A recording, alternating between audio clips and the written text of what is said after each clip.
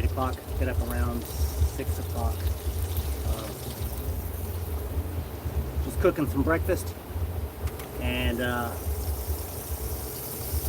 yeah, see if I don't burn myself.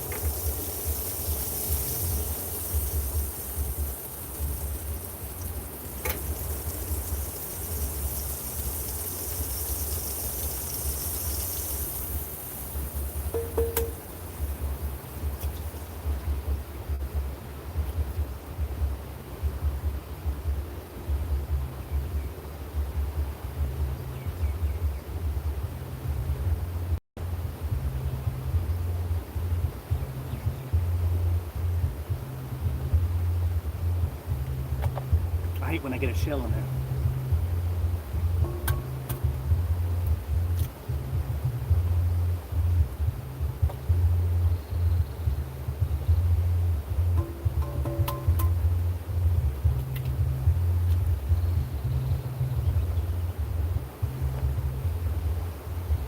Nobody's on right now.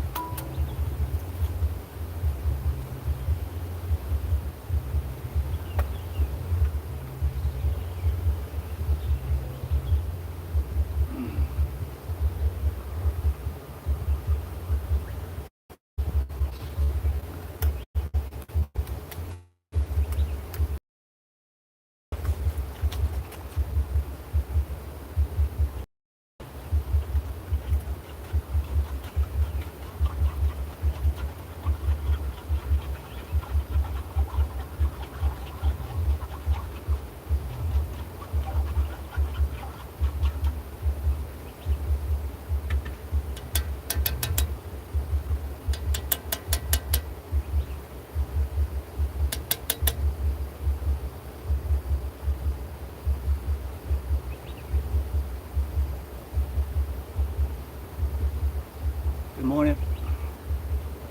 Make some breakfast. Who wants some?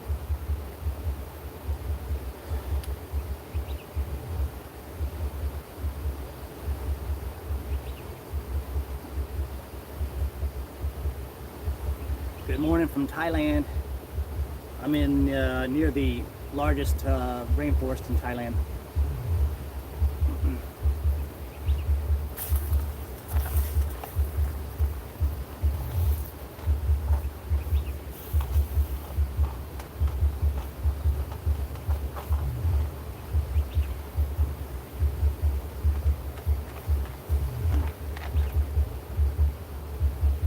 Can't see how many people's online. Looks like 7, but anyway, good morning. Who wants bacon and eggs?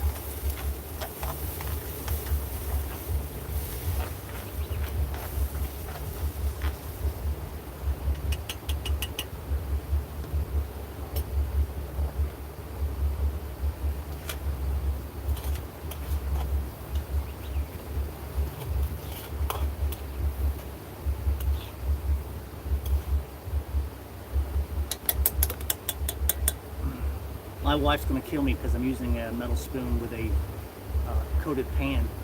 But you know, I have a spatula down there, but it's dirty and I don't want to use it.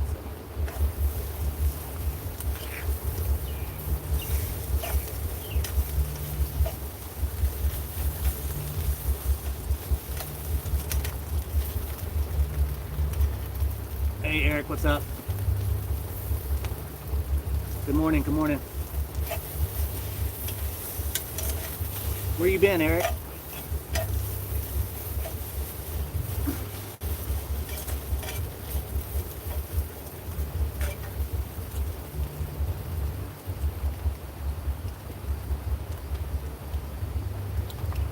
Okay, eggs are done.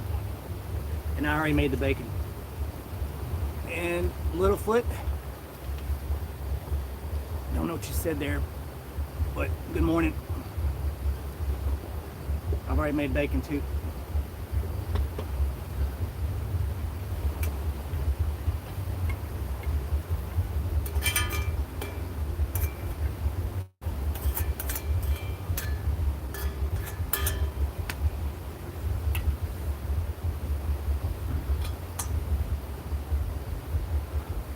Sign me up.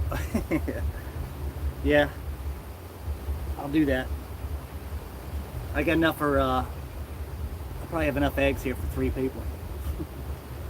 But I'm on that, I do that carnivore diet, so I just eat eggs, bacon, just all meat. Try to. Now, when I'm camping, it's a little difficult because I can't find meat when I'm camping unless I bring it in.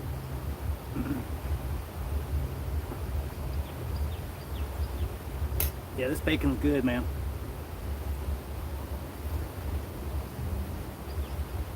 Really good.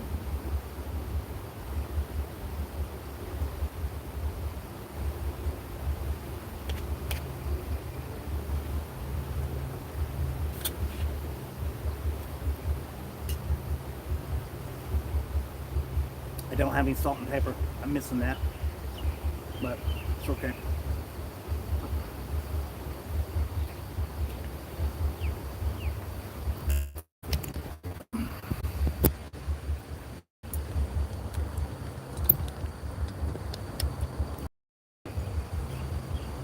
All right, well, I don't really want y'all to see me eat, but I guess I'll try to eat discreetly here.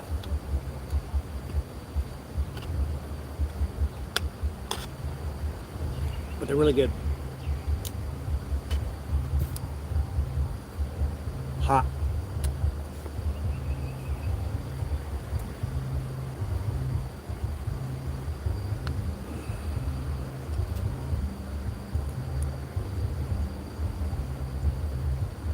Somebody's over here playing the music like really, really loud. I don't think it's a camper. I think it's I don't know who it is, but down at the far end, it's very loud.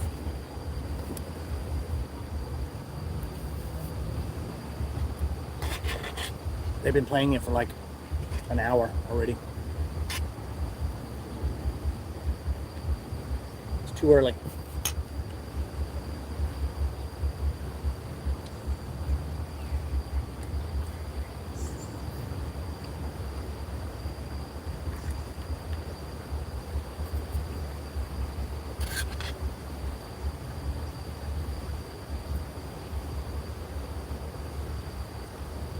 I got up at 6 o'clock this morning.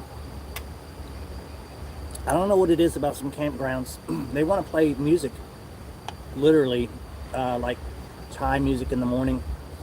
I mean, like loud, about 6 o'clock in the morning. Usually at some campgrounds, they do like a monk style chant.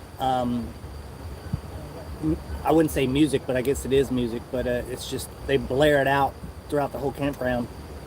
But here they don't, it didn't do that. It was just some kind of other music.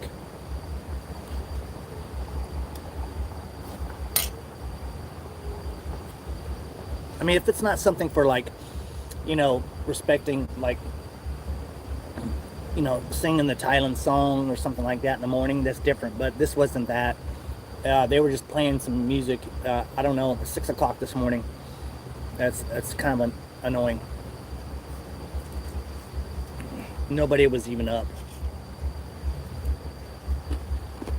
It's almost 8:30 now. There's somebody over there across the way. I'll show you. Somebody way over there playing some music, like really loud.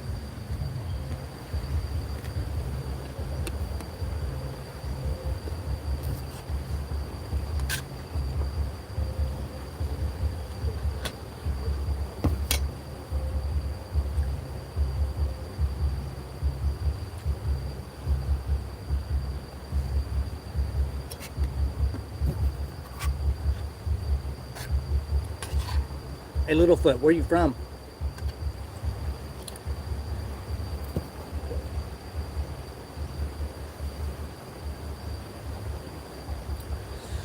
And if anybody's watching my live last night, I did a live last night. Not many people on because it's too early.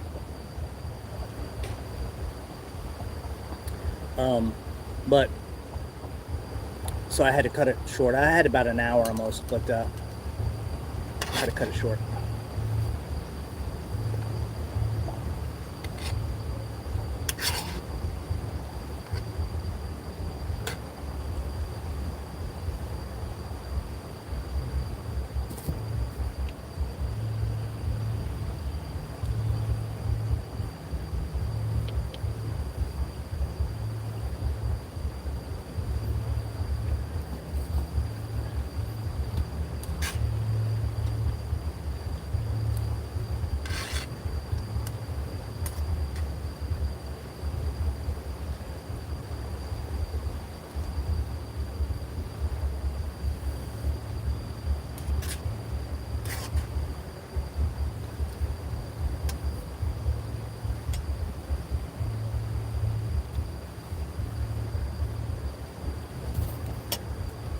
I'm camping solo.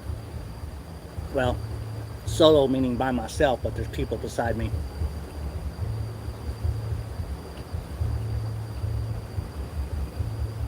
There's only a few places you can go to that you can actually camp by yourself with no one around. And it's also depending on the time of year.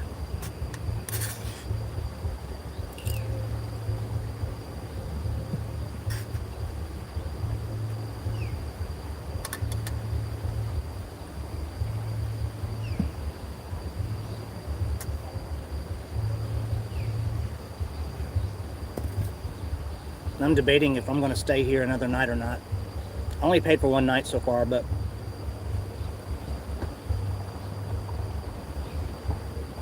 the only reason why I like it here is because it has really good internet, and I'm by a really big river, so.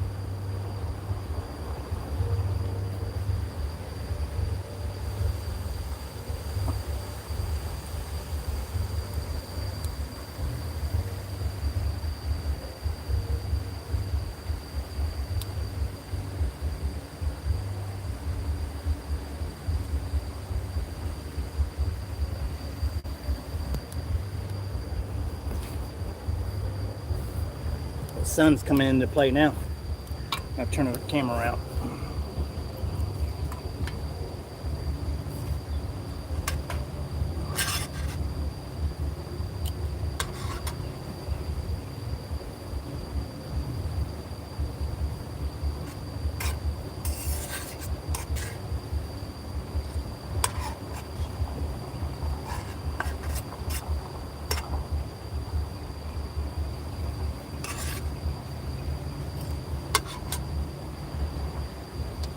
Maniac asked 951 asked me where I'm at.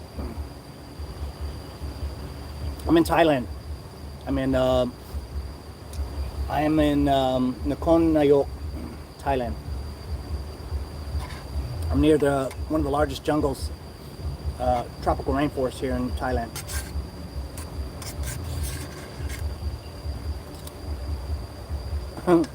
Thanks, man. I mean, granted, I am in a campground, I should say, but you can't really go like primitive camping. You just gotta ask the right people. But for me to use my truck behind me and use all that, I have to come to these campgrounds. There are national parks you can go to and camp. It's cheaper, but you're not able to use your vehicle. And you can't cook. You can't, excuse me.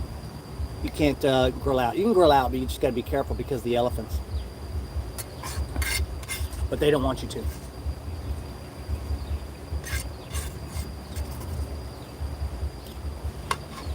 Where are you from?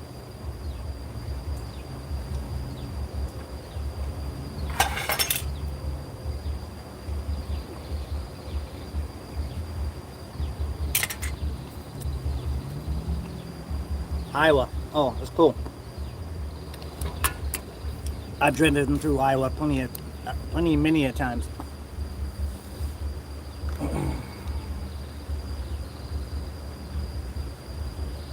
How long have I been in Thailand? I've been in Thailand for going on 5 years. It's 4 so far. 4 and 4 and like 6 months. I mean, excuse me, 8 months.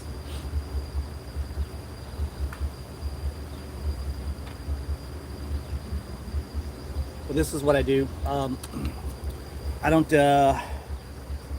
do too much as far as in Thailand. I'm not allowed to work. You can work, but I'm not going to pay for a work visa if I'm not going to use it. So I have a tattoo business here in Thailand, so it allows me to camp out and stuff.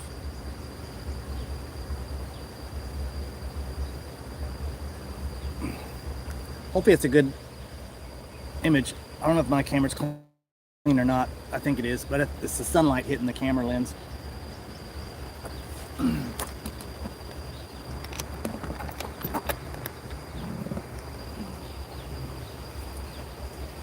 Okay. Okay, hopefully that's better.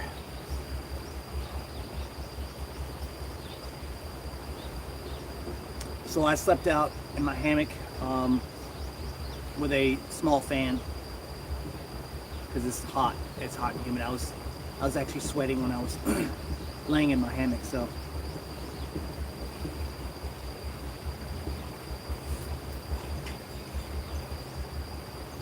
is that my truck? Yep, that's my truck. That's my boat. Yep, that's the Sasquatch Bushcraft Edition.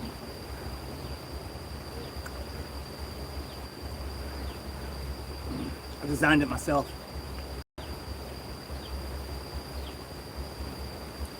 Yeah, it's humid. It's very humid this time of year. It's not the hottest time of year, but hottest time of year is in April. The whole month of April, maybe even May. But this is our rainy season, so everything's very humid and wet and just damp all day long. You gotta take a shower here 3 times a day, I think.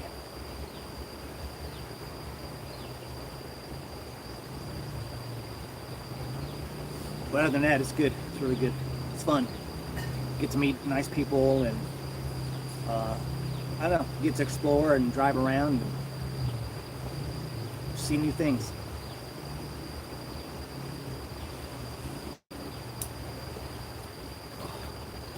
Burnt my leg this morning with the bacon grease. Oh, it's burning right now.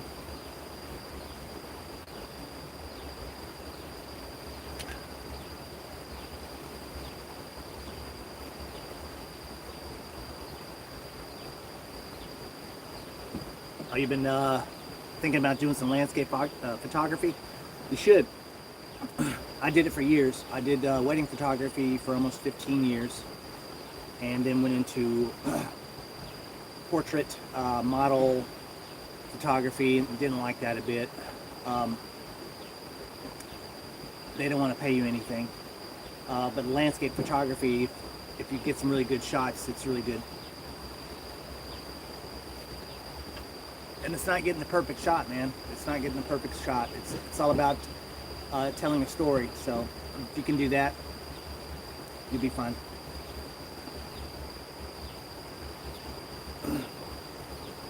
Yeah, I flew all over doing wedding photography.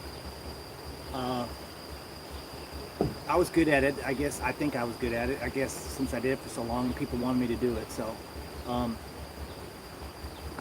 I just kind of got burnt out. Got tired of the drama. The drama was too much for me. It wasn't where my heart was at. Yeah, I mean, if you want to make a quick buck, try to do. I have a page on Facebook. Well, it doesn't really matter, but it's in Tennessee. It's called Tennessee Second Shooters. But they're always looking for people that want to be a backup photographer for the main photographer. You want to learn and stuff like that. So it's a really good way to learn. That's how I started. I just jumped right in there.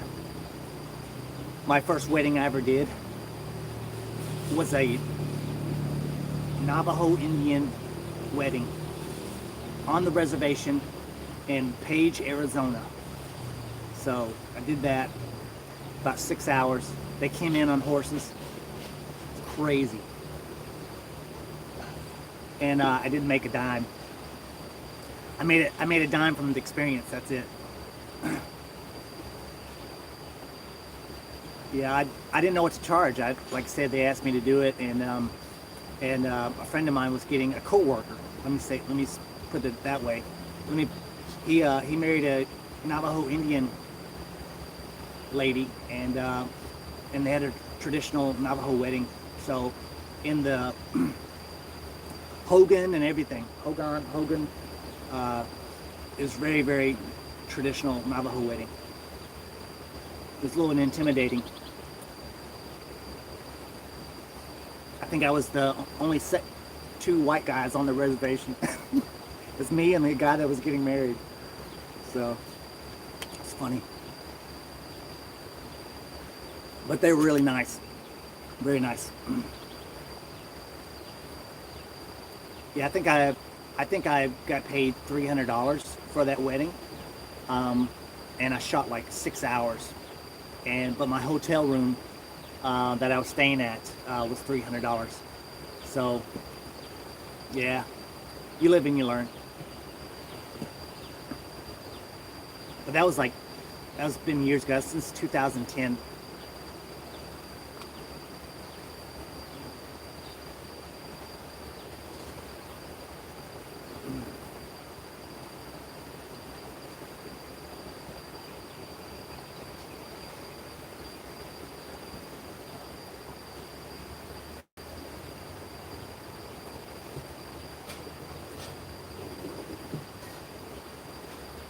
Yeah, junk hauling, that's pretty interesting. I'm sure you found a lot of cool stuff.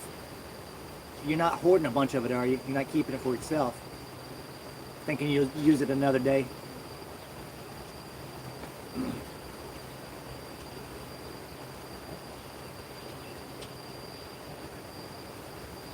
I'm sure you just did it for the, would you do it for the metal, or did you just resell it?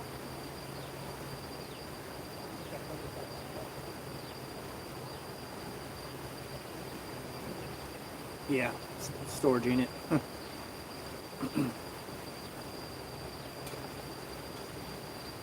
Those aren't cheap either, especially if it's climate controlled. We sold a lot of furniture. Man, I'll tell you what, man, the furniture business, it's like a, I don't know, furniture nowadays is so temporary. You can buy furniture and then 1 year later they'll be throwing it out and getting some more furniture. Um, I remember one of the first jobs I ever had was I was a furniture deliverer. So I drove a truck and delivered furniture for customers that ordered it. And it was the cheapest stuff, man, the cheapest stuff.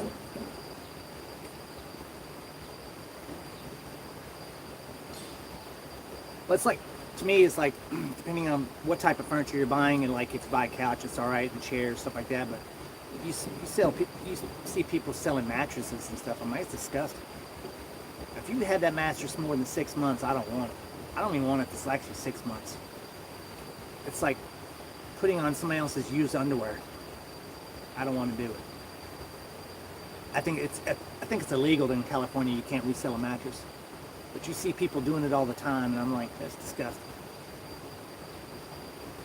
Particle board, you're right. It's all that MDF stuff.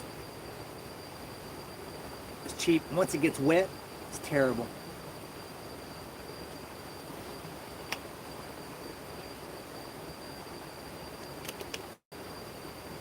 Everybody's buying all this furniture from China and everywhere else. Here in Thailand, you can find really good furniture. It's all handmade. Now they do have the cheap stuff, but a lot of the furniture that you'll find, like dressers and chairs and tables, they're all handmade out of real wood. But the only problem I don't like is they put nails in it, and it doesn't hold together. I don't understand that. I know it's tradition probably, but they use nails and it's terrible. Once it gets loose, it wobbles and everything else. It's really good wood. You said the same day, I don't want it after one day. Yeah. I'm going to rethink about what I was saying about that, man. I don't want to read, unless it was covered, and I see people use it and they'll cover it and keep the cover on it, like the plastic. I'm like, well, that's kind of disgusting too. I don't know, but you see the bed springs and stuff still covered, and that's okay. But yeah, I don't want to deal with somebody else's mattress, man. I mean, come on, it's kind of it's disgusting. Yeah, it's not too much to use screws. I mean, I don't know if they do it the right way, but they put nails in it and then they try to cover up the nails with a wood uh, filler. And over time, you move it 3 or 4 times and the table's already loose, the chairs are loose. I bought a dresser. My wife bought me a nice dresser, like a six drawer dresser. And the feet, everything was solid wood, man. I was like, man, this thing's heavy. It's made out of this called mysock wood from Thailand, and they made it with nails. And you pull the drawers out, the drawers are falling apart. I'm like, oh my gosh. It's annoying.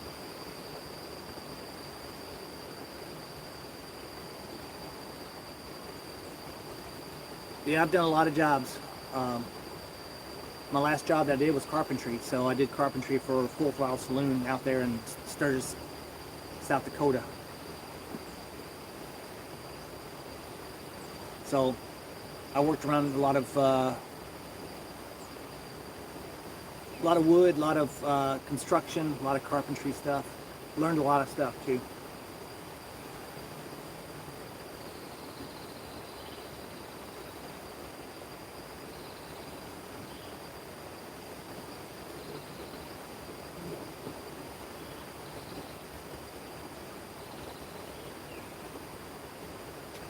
Water damage restoration.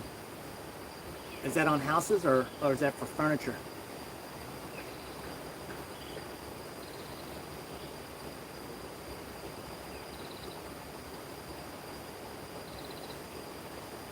Houses? Yeah. That's some good money, especially when it comes to the flooring and the foundation stuff. I used to do that too. Go in there and take all that rotted wood out of the flooring and all that, especially if it's load bearing and it went through. Man, it can be expensive trying to repair all that. Water, fire, smoke, and mold. Yeah.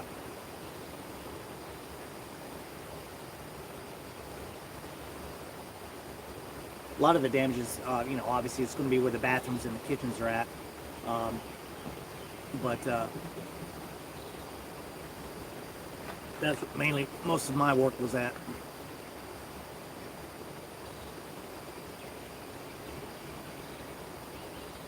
Back in the day, they didn't seal the bathrooms or seal the kitchen, the flooring underneath, the plywood or anything like that. They didn't do anything like that.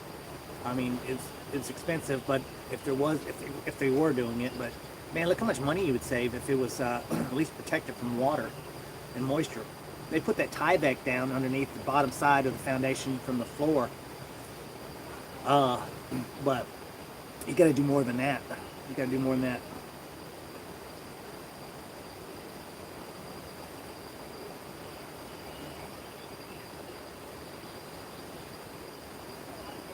It's a beautiful morning here. The sun's coming up behind me.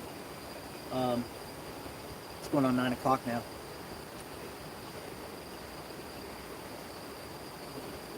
It's going to be a hot one again today. I don't know if I'm going to stay here another night. I think I might, only because like I said, the internet's good. Yeah, the cabinetry, man. It's just absolutely ugly, terrible work. I think it's made out of MDF as well. Unless you can find a real carpenter that actually makes them like cabinetries from real wood.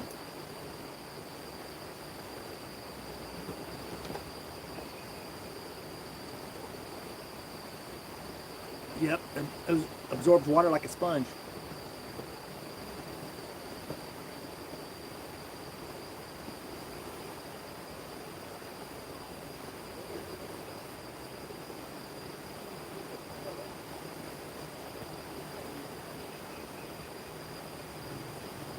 My furniture growing up as a kid, I kind of inherited it when my father passed away, and got a lot of his furniture, or I would say our furniture, because I grew up with it. A lot of the stuff was really good, but I moved into an apartment in Nashville, Tennessee, and my roommate, I had left to go do a job or something. I don't know, I left. But anyway, he had left as well. He left and went to a vacation or somewhere, and the water heater broke the line, and water's, I bet you, 2 to 3 inches of water sitting in the house for a week.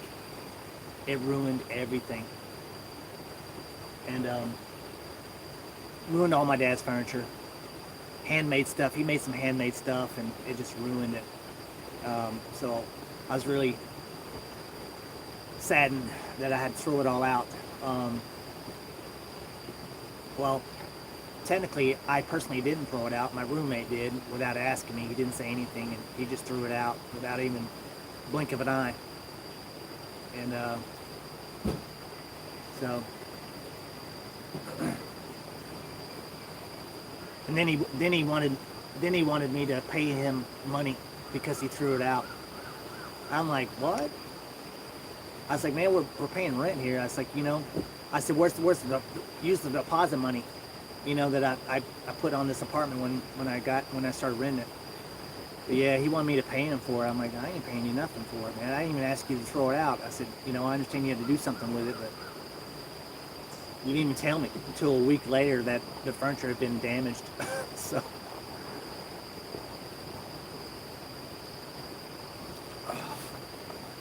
Well, people are not courteous.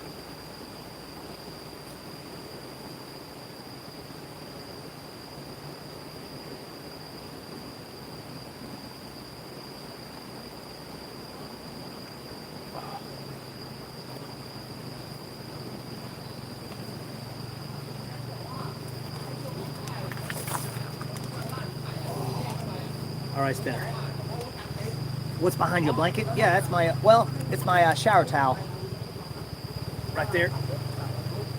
I'm letting it dry, hanging up on my ladder rack. My awning's right here. It rained a little bit yesterday, and but I took a shower and hung my towel up.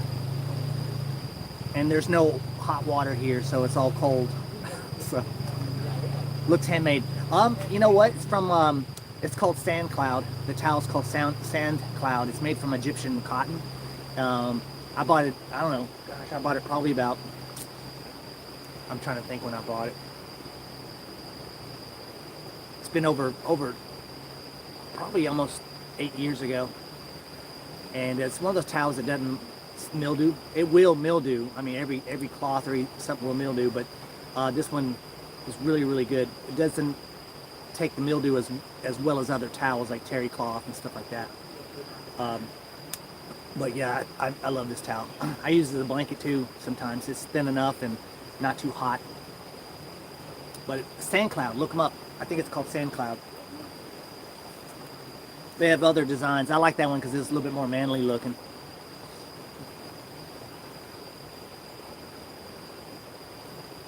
I should talk to them and ask them if I could sell them for them. It's a really good towel. I'm sure they're pretty well off now. They're doing pretty well. I bought it when it first came out. Yeah, I don't know how cheap they are, how expensive. I don't know. They probably changed now, but I mean, I think I bought that. Correct me if I'm wrong. I want to say I paid probably around $30 for it, probably more. Not for sure. How long have I been tattooing? Well, long story short, I've never tattooed it, myself, but I've owned the shop for going on 5 years now. I didn't even have a single tattoo until I moved here. This was my first one when I turned 48. I didn't even like tattoos. I didn't want them on me. I think they're disgusting or they look ugly, especially depends on what they are. But after being in the business, all my tattoos are all culture, Thai, Sakyant. And I figured I'm going to have something on my body. It's going to be something that's skillful and traditional and respectful. Not to say there's nothing wrong with anybody else's tattoos. I just didn't want it on my body.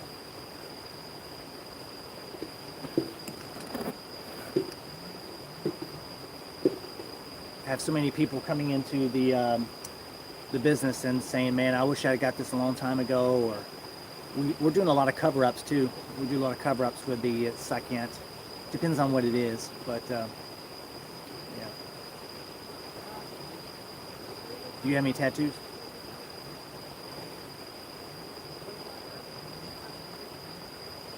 Do I mind sharing what they mean to me?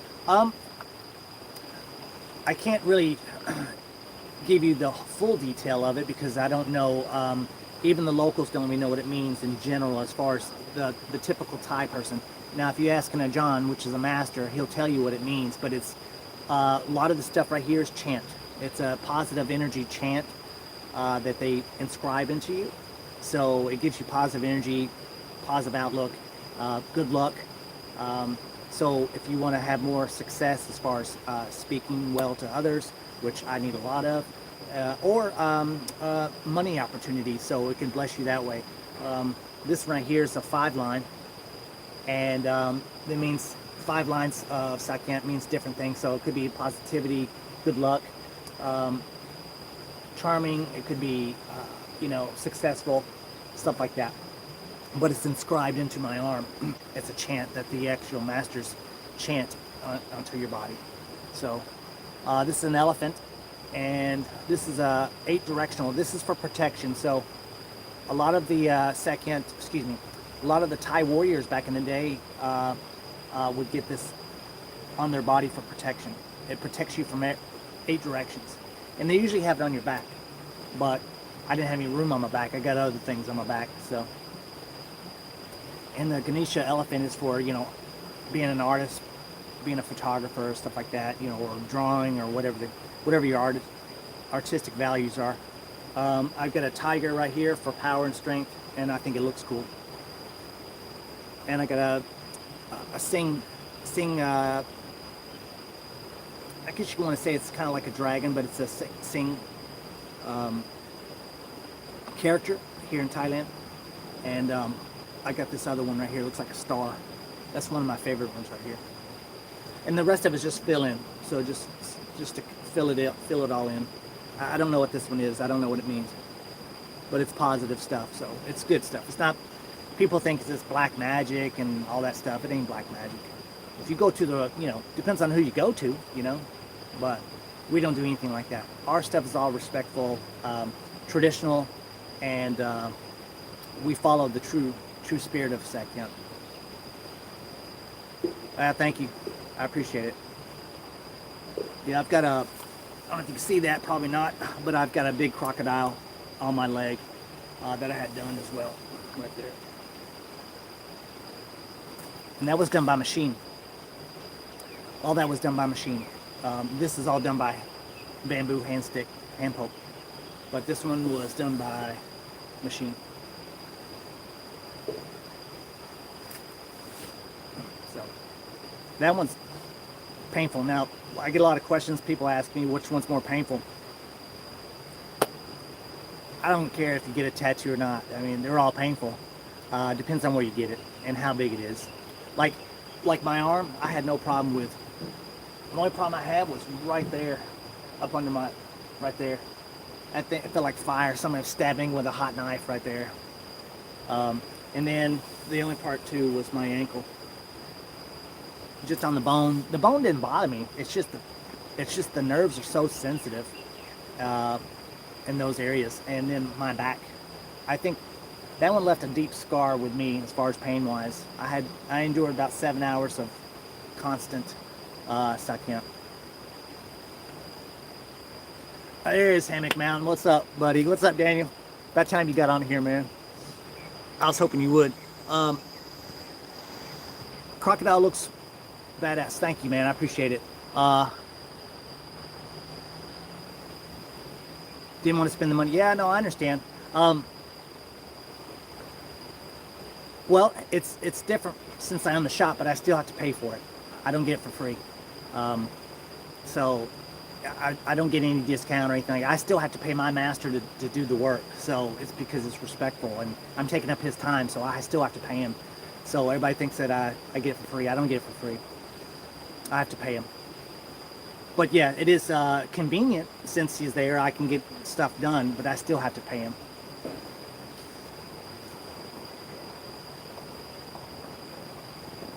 But if you ever come to Thailand, man, it's a lot cheaper than Thailand than it is in the U.S. I can tell you that. It's about 2 to 3 times more in the U.S. than it is in Thailand.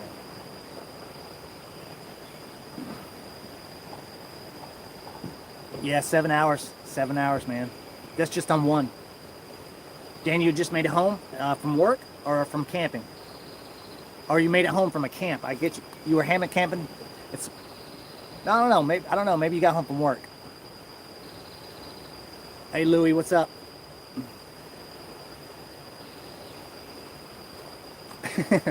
Yeah, my arm work is sweet. Thank you. I just need to do some exercises now. Actually, I'm on the, like I said, I'm on the carnivore diet, and I've been doing a lot of, been doing that for almost 3 months now. I've slacked a little bit because I'm camping so much, so I don't have the convenience of eating meat and what I want to eat, because it can be expensive.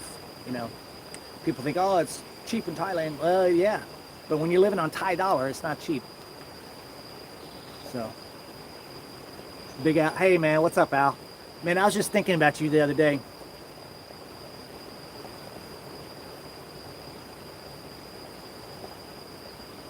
Been watching a lot of BMX stuff with Eddie.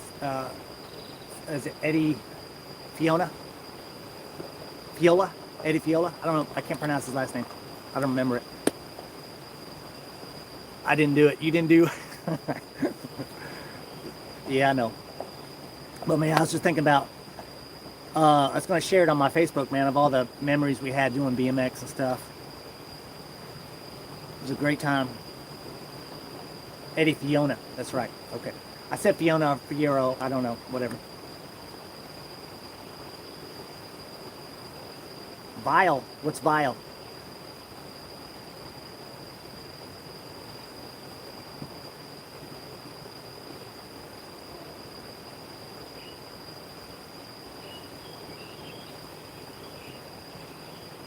Where are you at now, Al?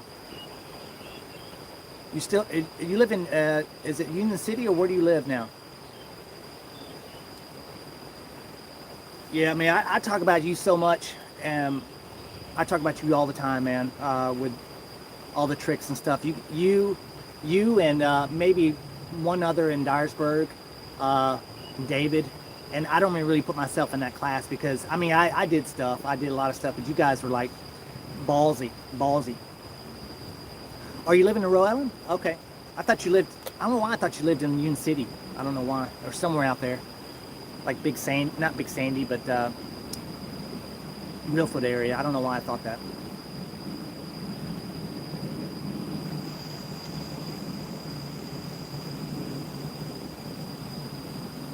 So Maniac, you did the carnivore diet as well? I think it's the best thing, man. They always tell you, your blood pressure's high, you got your triglycerides are high, your this or that, blah blah blah. Man, it's like an eye-opening light switch, man. You ran into Eddie a while back. Where was he at?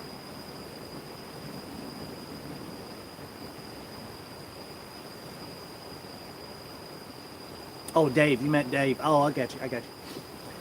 Yeah, Dave. Yeah, he's working at the, well, he was. He's not working there anymore. He was working in Trimble at the Full Throttle saloon there, but he's not working there anymore. He's taking care of his kids full time.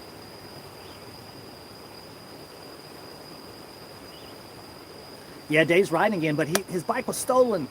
His bike was stolen again. Twice.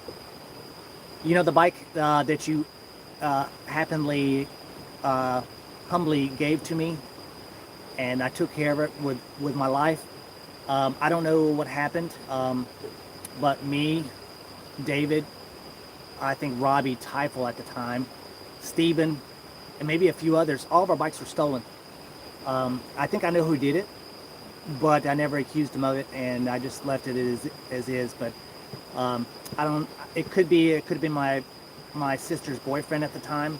Not for sure, or because they were stolen from my house. I think they were. I don't know if I ever remember telling you that, but yeah, somebody had a vengeance out for us and stole all our bikes.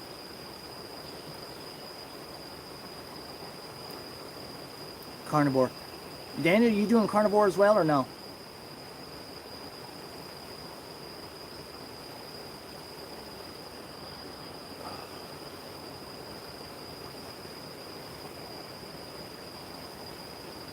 Yeah, man, I never forget that moment, Al. You gave me that bike, man.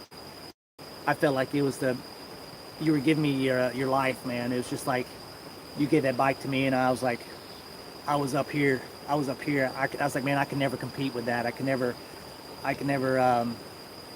justify living up to your standard of excellence when it comes to bikes, man, and jumps and all that stuff.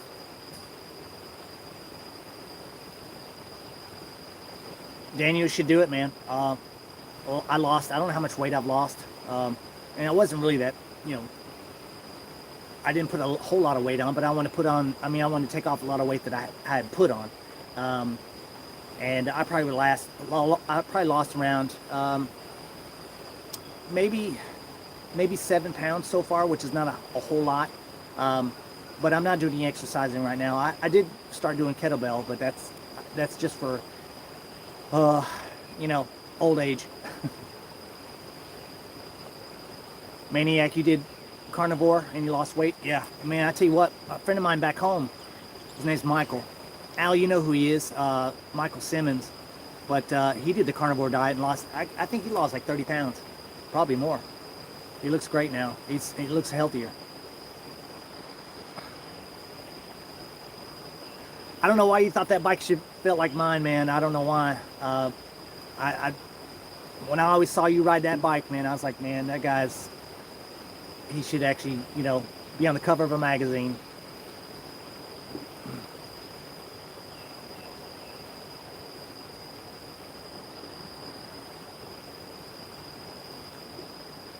Yeah, it will bring you back down to your normal weight. I bought a pair of carpenter pants in the States. I was doing when I was doing, and you know, they're very rugged Carhartt pants, and man, I brought them to Thailand with me, and I couldn't put them on. Oh my gosh! So, and I've been here 4 years now, and I decided carnivore diet, and I was actually able to wear them like last week. Yeah, Joe Rogan talks highly of the carnivore diet. That's actually, I think that's actually where I started doing it or listening because of that.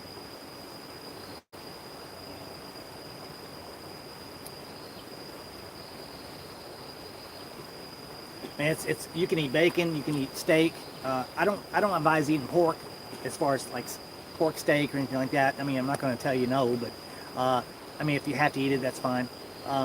Stick to a lot of hamburgers, stuff like that.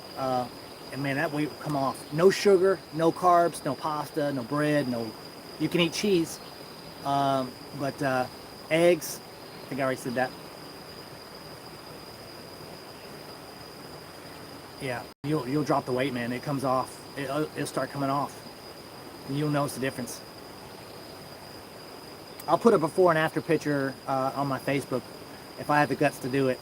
Which is, it's not really bad. It's just I have long hair, and I'm pretty round.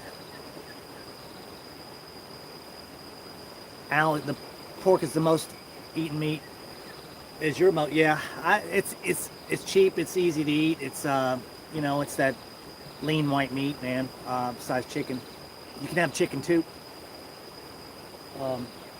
I eat a lot of chicken wings here. Canned sardines. There's nothing wrong with.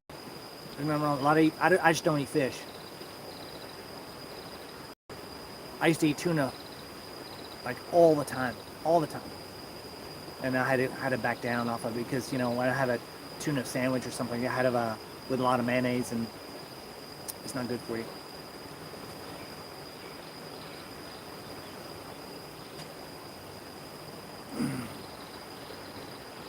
Daniel, you still on here? Or did you hop off?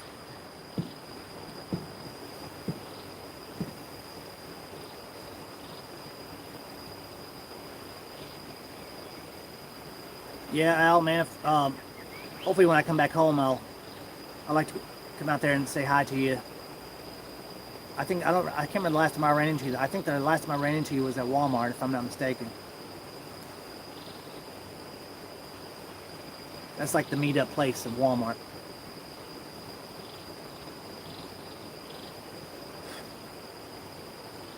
Yeah, man. I tell you what. I don't know why people just don't raise their own chickens and have their own eggs. I know you can't really do it in the city, but I tell you, it's a 9-day difference when it comes to health reasons. You know, you think about the eggs that you get in the grocery store, cage free, grass fed, whatever whatever it is. That's all hogwash. That's all um, brainwashing you, man. Just because it's cage free and grazed, whatever. However, it's just a tactic, a selling point. I'm not saying they're not doing it. I'm just saying it's just not the best thing either. I mean, what other egg in America? I mean, in the world is white. They bleach all their eggs. They're doing sterilization, this and that, hormones, all this stuff. So I just whatever.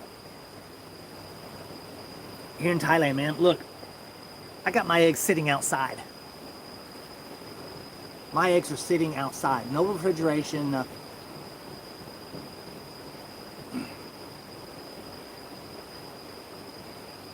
Lowe's. It could, yeah, I think it was Lowe's.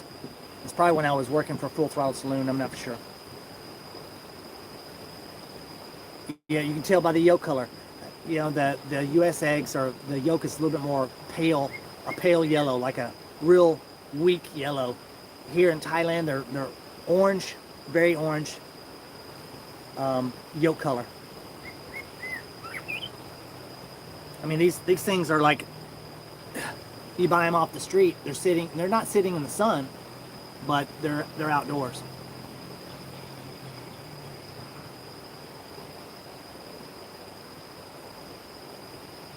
Yeah. Yeah, and I mean, you get some hens laying some eggs, man. You guys can have eggs for forever. I mean, it's like my friend Joe that I was working for Full Throttle. He'd give me eggs all the time. He had so many eggs he couldn't do nothing with, so he started giving them to me. Man, I had like 2 dozen a week.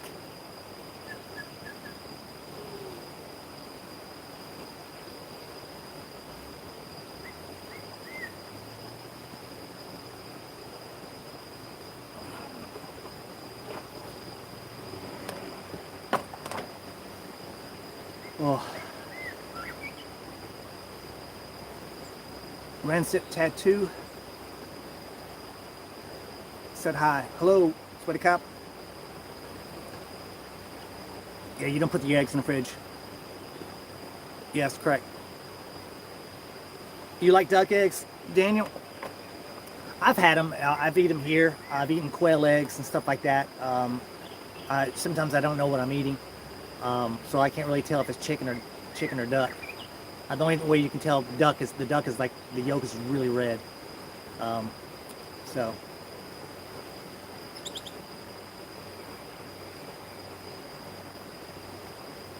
Yeah, I didn't think about chickens too. You know, I learned a lot from Joe that you can actually take the eggshells and then throw them back to the chickens and they'll eat them, eat the eggshells. So I thought that was kind of funny. Well, man, chickens in your yard, man, they take care of snakes, bugs, uh, anything that's frogs, everything. They eat everything, man. Yeah, ducks are very messy. They poop everywhere, man. It's like it's like cat poop, but it's green. It's terrible. But chicken poop is not good either, man. I lived in Arizona, and there were a lot of chicken farms out there, and man, that waft of hot air, chicken poop smell would be wafting up in your face for a week because the winds.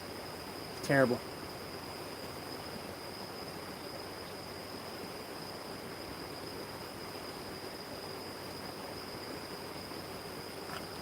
A friend of mine here in Thailand, Tattoo, saying hello. Yeah, the chicken farms, man. The thing is, here in Thailand, they're starting to do that now. They're starting to have chicken farms, and the flies are getting terrible. Like I got flies right now. It's like 9 o'clock in the morning, but I've been up since 6, and I come out here to make coffee around 7, and there was already flies out here. So a lot of the flies are coming from the cow industry or the cow farming here. A lot of the farmers are farming cows now, which they do anyway here in Thailand, but it's becoming more agricultural, money making.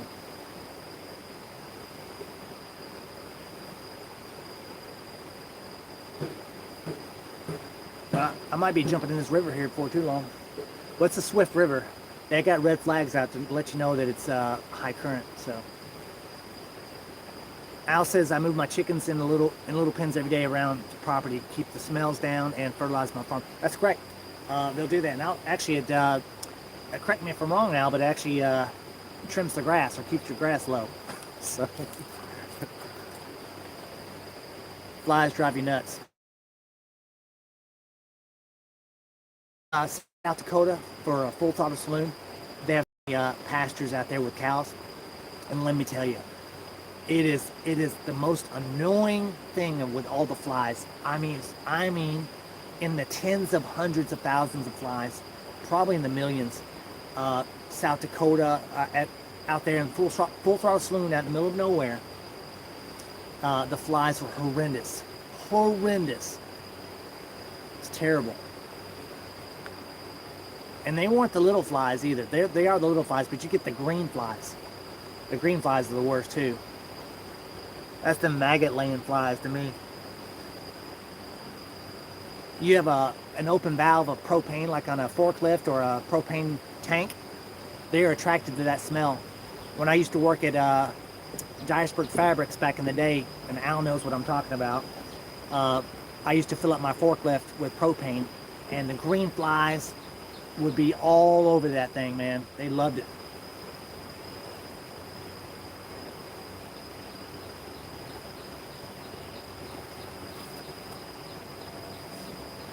Yeah, the horseflies are being at the as a kid growing up at the pool, you know, they'd be out there, horseflies, they land on you, man. They leave whelps. I mean, absolute whelps, and they hurt too, man. Yeah, they love propane. I ain't joking. My buddy Al on here could probably verify that. They love propane. They love the smell of it. I don't know. I mean, I could see why. It's like a sulfur smell, propane ingredient smell to it. So they love it. It attracts flies. Go right on it.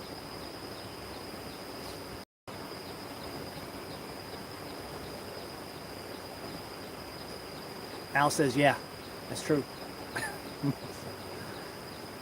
We have yellow flies and they bite. Yellow flies, what are the yellow flies, Daniel?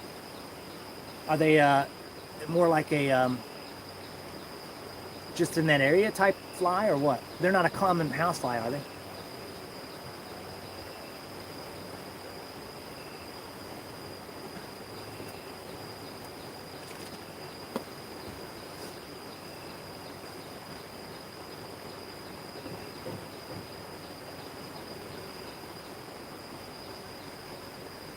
Yeah, I haven't seen your latest hammock camp yet. I'm actually hammock camping right now. I'm not doing a stealth camp, but I'm the only hammock camper in this area. And you won't see too many people hammock camp.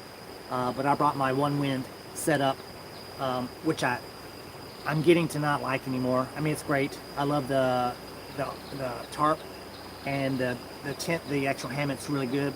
I don't like the bug net. The bug net is terrible on it. So, but my setup, I love it. It actually got it connected to my truck. Let me show you guys real quick. So Daniel says it's not a common house fly. Okay. So I got the straps connected to my ladder rack and then going to a tree over there. So it's all set up. So it's connected to my truck. Not gonna lie, I dig your ride. Man, thanks Al, I appreciate it, man. It's I'll show you more of it. Let me get up. It's a beautiful day here. It's a biting deer fly. Oh, okay, a deer fly. Yeah, those things suck too, man. Those little deer flies, terrible. But let me show you the truck. This is a first-hand live look at it. So I got my awning coming out, and I set my hammock under. It's not under the awning, but it's over there on the side of the truck. And here's the look of it. All this work I did myself. I put that on there myself. The lights, all the decals I did myself. I designed these. I didn't put these on because I had these professionally done. These are vinyl from a car wrap company. But I did these. Big Al, there's your Sasquatch right there, brother. So I got my fire extinguisher. My door's locked, but all the lights I did myself. The traveling TIV design, I did that myself as well. The wheels I picked out. I did a lot of work to the truck. I made these straps. These are rock climber straps, ropes that I've put on there, modified, put on the tailgate, and they're all on the truck. So whenever you want to use your truck for a seat, you got that.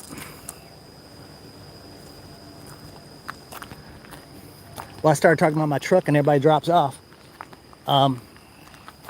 The tire rack in the back, I did myself. I had somebody made the bracket for me, but I installed it and I ordered some parts from the US and had them delivered. And I just put on here, which I haven't made a video yet, but I just put on some cameras on my truck for driving, because I can't see out my back window. And there's my company logo, and guess who that white guy is right there? Y'all know who that is?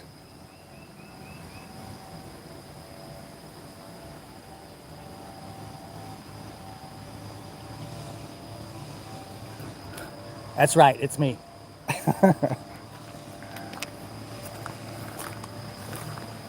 Let me show you, let me clean the camera off real quick.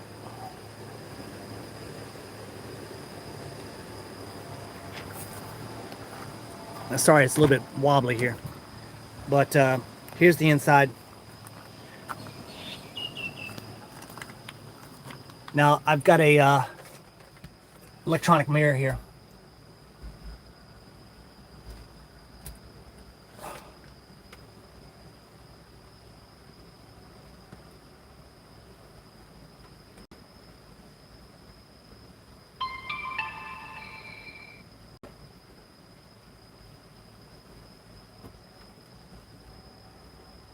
So that's looking behind the truck right now. That's what I see behind the truck.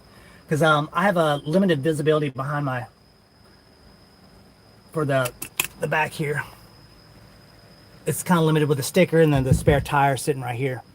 But yeah, that's all my patches. Here's my traveling TIV patch. I tried to sell these, man, but couldn't get any takers.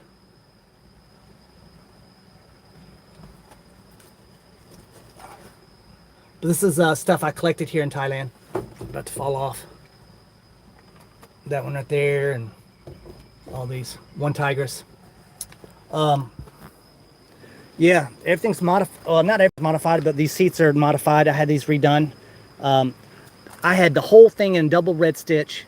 Every seat in here. It's only 2 seats, but I got a bench seat, and I've got a bucket seat over there. But I had these redone for me, labor and material and everything for $300. I couldn't beat it.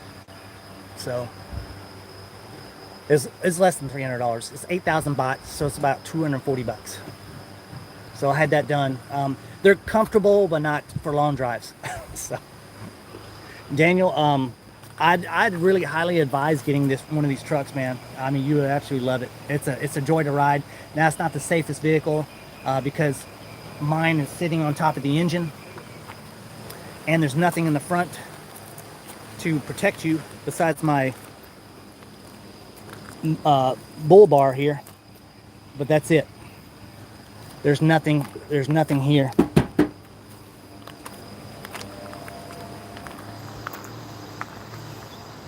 But it's a cab over. But you'll get some like in the if you find one. There's a bunch of places in, I think, North Carolina. There's a guy selling them. He's probably got 50 of them. I forgot the name of his thing on YouTube. Be looking at the sandbar. Yeah, Subaru sandbar is great, man. Just keep in mind though, those parts are hard to find for Subaru. So keep that in mind. If I were going to go with one, I would go with a Honda Acti. Exactly what I would go with. Now, I heard through the grapevine that mine is a Suzuki Carry Pro. It's called not a Super Carry, but it's called a Pro because it's got a longer wheelbase, and it's not like a typical Japanese K truck. It is modified or emulated the same, Suzuki, but this was made in Indonesia for their standards. So, but they sell them here in Thailand. But I heard through the grapevine that the U.S. is going to be in production of the Suzuki Carry truck. So keep that in mind. They're going to make it to U.S. standards and affordable. If you guys want to know how much I paid for this, I'll tell you.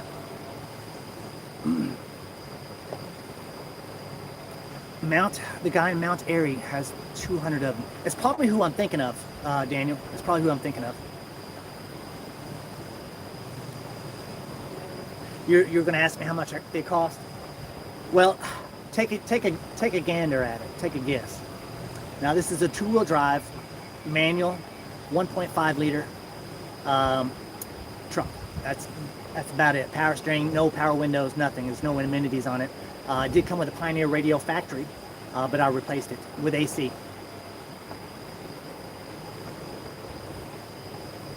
Yeah, I heard in 2000 they're going to start making them or next year.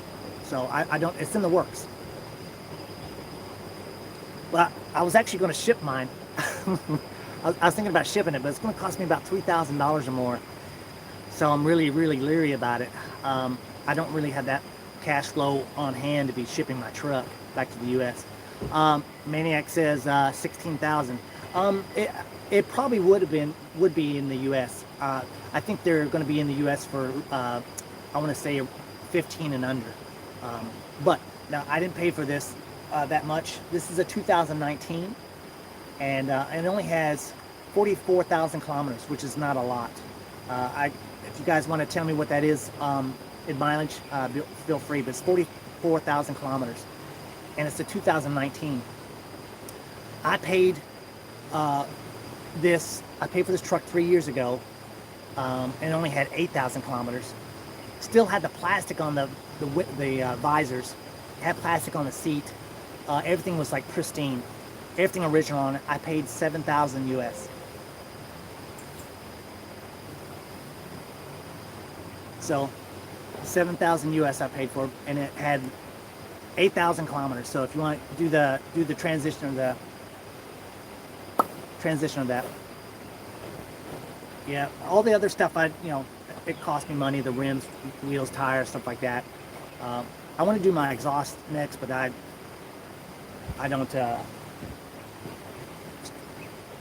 want to have the funds for that right now. Yeah, for 8,000 kilometers, that's a great deal. Like I said, I don't know what that is in mileage. I want to say it's around a little over 4,000 miles. I'm not for sure. You correct me if I'm wrong. Cheaper than the ones they sell here, than the old ones. Yeah, the problem with that, Daniel, is that that you're paying for the shipping cost and all the paperwork, the delivery, the whole 9 yards. The trucks, if you were to buy one in Japan right now, they're not that much, but you'd have to transport it or whatever. Even if I could get one here in Thailand, which I can, it's a lot cheaper than shipping it to the U.S. because of their standards and laws and all that stuff. But I can get one here in Thailand for maybe, I want to say maybe 4,000 US. But you got to keep in mind, those vehicles are 20 years old, 25 years old. So they're going to have a lot of wear and tear. But be careful when you get them, because they're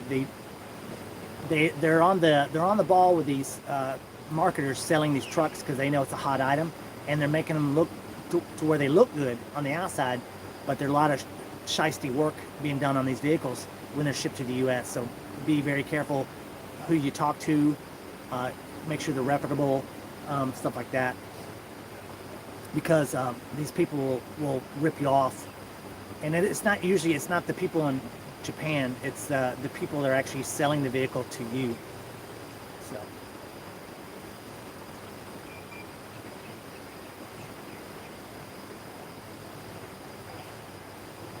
But I think it's a big thing. It's taking off in the U.S. No offense to you, Daniel. I love your truck, by the way. I can't afford paying something like right now. Not what I'm doing. I mean, I'm not working, so I own a small business here in Thailand. But I think this is practical. This has more bed space than a full-size truck in the U.S. Besides I think a King Ranch or something like that. But this has more bed capacity than any full-size truck in the U.S. And I can haul up to 900 kilos. 900 kilo weight capacity for payload. From buying lemons, yeah. I always take my to inspect before they buy the vehicles. Yeah, save me. Yeah, it helps, man. But the problem with buying a K truck like this from a third party, it's you at that point you gotta pay for it before you even see it. So I mean, you could see pictures of it and stuff like that, but that's it. And they say they're quality controlled, inspected, but like I said, it depends on the company you're talking to. I think the thing is, if you go to like Daniel was saying, there's that Airy Farm or whatever it's called. I don't know what he said it was. He's got 200 vehicles sitting on his property. There's a place in Texas right now that has the Super Carry, has the extension like a bigger cab, and it's four-wheel drive. So, and they have the Daihatsu. So those are really nice too as well. But they're expensive. You're going to pay around $14,000 for those.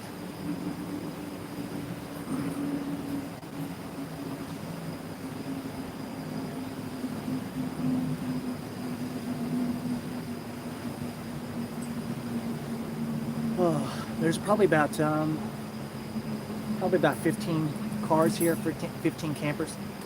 It looks like most of them are leaving today. So, but it's Friday, so I'm sure that a lot of people are going to be coming in too as well.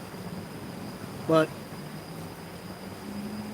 yeah, I get a lot of looks at my truck, and I'm not really going for that. I'm not trying to attract myself. I just want a fun, cool ride when I'm driving around Thailand. So Daniel says I looked at 1995 the other day, and they wanted $12K for it. Man, 1995 Honda Acti or a Suzuki Sandbar. I mean, excuse me, Subaru Sandbar.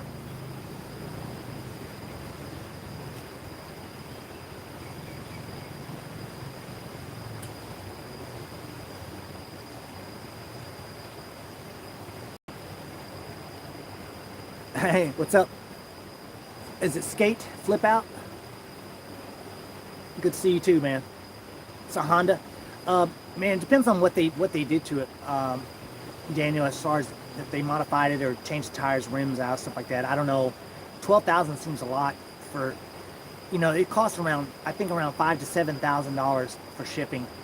I mean, that's included the vehicle and everything.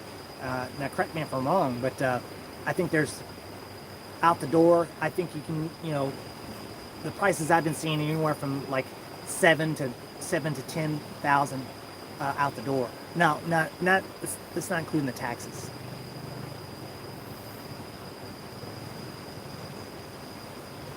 It looked original. Well, most of them are original, but yeah, but you mean like no modification. I got you. Make sure to see what it is. I mean, that seems a lot for a Subaru Sandbar. But I would think this because maybe it may have a turbo on it. A lot of those Subarus have turbos on them. But I don't get it with a turbo if it comes with one. Don't get it. You're going to be wasting your money.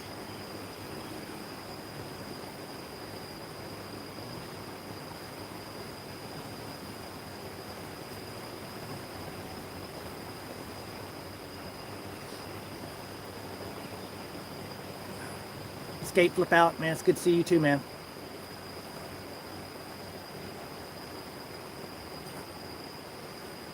It's getting a little hot in this Rhino over here, man. A little hot. Starting to warm up around here. It looked original. Yeah, it's I think that the engine's in the rear too. It's in the back of the vehicle, under the rear axle. All right, Al, man, you have a good night, man. It's good seeing you. Thanks for talking to me and jumping on here and saying hello. I'll catch up to you when I get back home. Um, yeah, I don't think I'm going to be able to come home this year. It'll be the first of next year if I do. So just be on the lookout for that. I'm going to be doing a lot of camping with Hammock Mountain and a few others while I'm back home. So, but you have a good night, man, and take it easy, okay?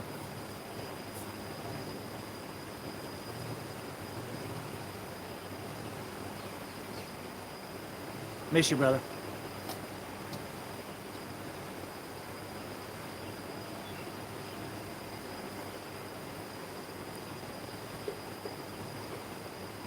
Um, the thing about my truck, the dealerships work weird here.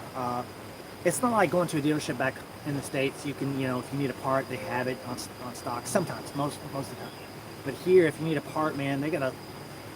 It's not a nightmare, but it's a nightmare. It's like they want you to go to a third party or online here in Thailand to order the part for your truck. I'm like, what? I can't get it from the dealer. Like I was needing a couple things for my truck, just small things. I need some door handles. My door handles broke.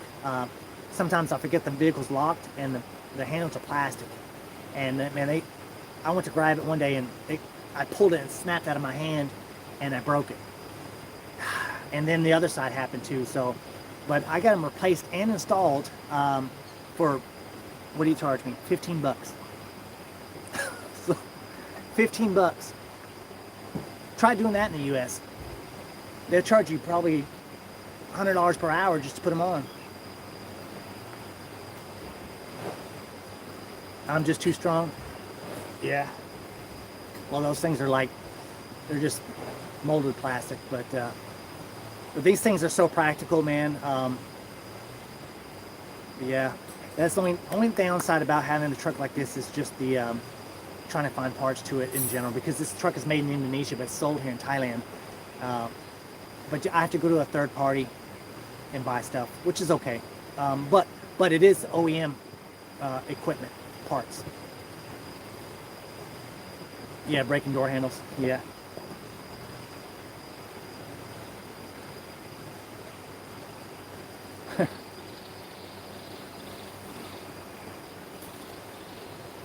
My truck does. Now the trucks that Daniel's talking about, the Honda Acti and the Sandbar and all that stuff, they only have I think it's a size 660 engine. I think they're, I don't know how much horsepower that is. I don't know. Mine's I got a 1.5 liter, so it's putting out I think it's putting out 95 horse, I think, which is not a whole lot, but considering. But the 660 is, yeah, is what they have for the K trucks.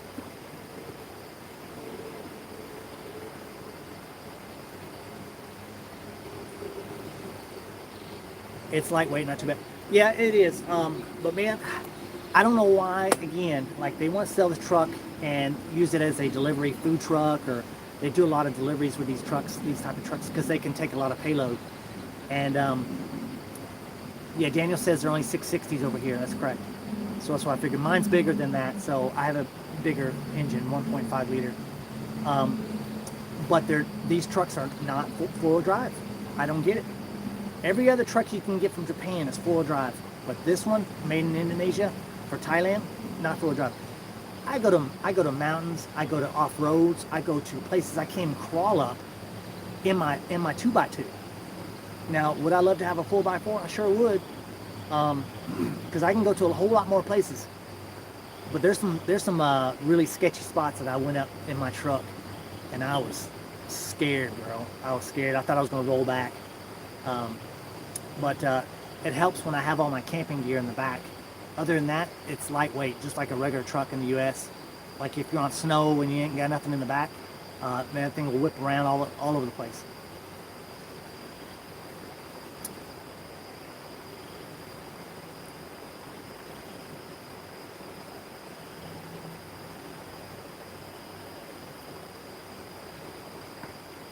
But I'd love to have this truck in the US. I think they allow me to. I think they're allowed in Tennessee. I know they're allowed in Texas, Tennessee, Florida, and maybe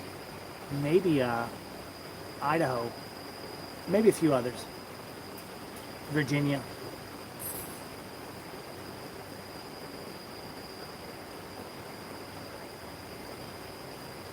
I had an argument with somebody on about the K trucks and why they're not sold in the U.S. and all this stuff, and they said it's because of safety reasons. Yeah, I'm sure it is. Of course, it's a safety reason. I mean, there's nothing keeping from killing you. But what do they have? My first car that I ever had, I purchased with my own money mowing lawns. I bought a Toyota MR2. It was a death trap. The engine's in the back, nothing in the front. Okay, so how are they able to sell that if it was so much of a safety issue? Okay, so the guy wanted to argue with me because it's a safety issue. Okay, well, in all respect, in a nutshell, it's not about safety. To me, it's all about politics, marketing, and how much money the company's going to make. They're making a whole lot more money with Ford because they're in the what you call it.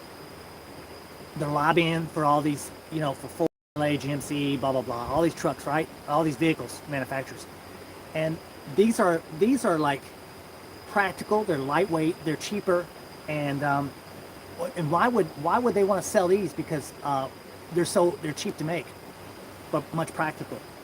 Well, because they're not going to make much money off of it. So, you know, the best truck in America right now, my opinion, is Toyota. So that's just the way it is. I think with all the Chevrolet and Ford and all these manufacturers, they have all outsourced all their parts. So a lot of Ford is #1 here in Thailand. It's because the marketing is so strong here for Ford. They released the Ford Raptor Ranger here in Thailand before anywhere in the world. I think the U.S. just now got the Ford Ranger Raptor. If I'm not, somebody can correct me if I'm wrong. But Thailand was the first country in the world to have a Ford Ranger Raptor. They actually make them here. But like I said, they lobby it, they push it, and they pay a lot of money to have plants and push their products out. So when you got small companies such as Suzuki, when it comes to the trucks, there's not a whole lot of marketing on that. But I'm telling you right now, this truck has more capability than any other full-size truck I know besides four-wheel drive.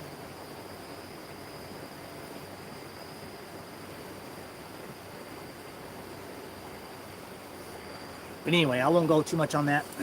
I don't want to get in a big discussion about that stuff. But to me, it's just politics at that point. The Ford, now, like again, I'm going to offend some people here, but Ford is probably one of the worst trucks to work on when it comes to maintenance. You ask any guy that does maintenance on a Ford vehicle, and on top of that, they're not that great, man. They're breaking down here in Thailand all the time, and they're expensive. I don't see how they can. I'm not going to say they can't afford it. There are a lot of rich people here in Thailand, and you see people drive it. But the incentive to buy a new vehicle here in Thailand, it's 10 times greater than buying in the U.S. They give the Thai people so many perks to buy a brand new vehicle versus going out and buy a used one. Same in the U.S. in general. When it comes, it's of course you're going to pay more money for. Well, let me correct that. You're going to be paying cash and stuff up front on a used vehicle versus leasing a vehicle or making payments for one over years. Here in Thailand, they have so many perks. I don't know if it's what they're doing to get the Thai people to buy trucks here in Thailand or for cars in general. There's so many people in Thailand that have brand new cars here, and I'm like, I'm not saying how they afford it, but a lot of these people, it's just easy for them to get a brand new car, even though when they really can't really afford to have a brand new car, they can have one. So we'll see what happens. But all the vehicles here, everybody has SUVs. The Toyota here they're called, they're not the Toyota 4Runner, they're called Toyota Fortuner. It's a different vehicle. Same, I think same chassis, but different look, everything. I mean, the guy here right beside me has a Toyota Fortuner right here beside me. And they all have them here. Toyota's really big here in Thailand. Toyota is the #1 truck here in Thailand, the Toyota Hilux.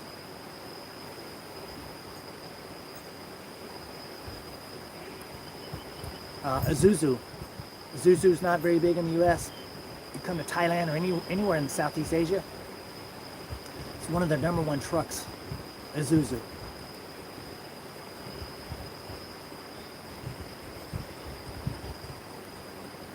The Toyota and Isuzu.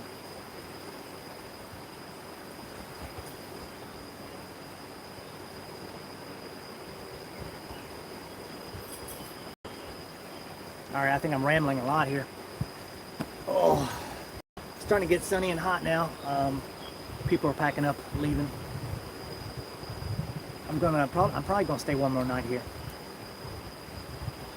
It's gonna be the weekend, and people are gonna be coming in, and I don't feel like driving, looking for somewhere else. Plus, I won't have really good internet.